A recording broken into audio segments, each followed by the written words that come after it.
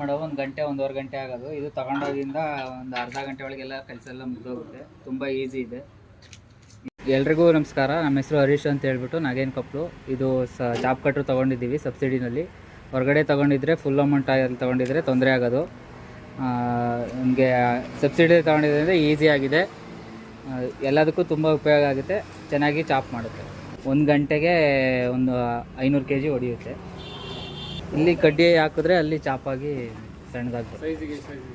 Small ಸೈಜಲ್ಲಿ ಬರುತ್ತೆ. Small long ಎಲ್ಲ ಇದೆ. ಆ ಥರ ಬೇಕು ಆ ಥರ ಆಟೋಮೆಟಿಕ್ ಮಾಡಿ. ಇದು ಸ್ಮಾಲು, ಇದು ನ್ಯೂಟ್ರಲು, ಇದು ಲಾಂಗು. ಇದು ಹೊರಗಡೆ ತೊಗೊಂಡಿದ್ರೆ 23 ಸಾವಿರ ಆಗಿರೋದು. ಸಬ್ಸಿಡಿನಲ್ಲಿ 16,700 ರೂಪಾಯಿ ತೊಗೊಂಡು. ಇದು ಕರೆಂಟಲ್ಲಿ ಹಾಕ್ಕೊಳ್ಳೋದು. ಚಾರ್ಜ್ ಏನು ಹಾಕೋಂಗಿಲ್ಲ ಇದಕ್ಕೆ, ಕರೆಂಟಲ್ಲಿ ಹಾಕೋದು. ಮೋಟ್ರ್ ಕ್ವಾಲಿಟಿ ಎಲ್ಲ ಚೆನ್ನಾಗಿದೆ.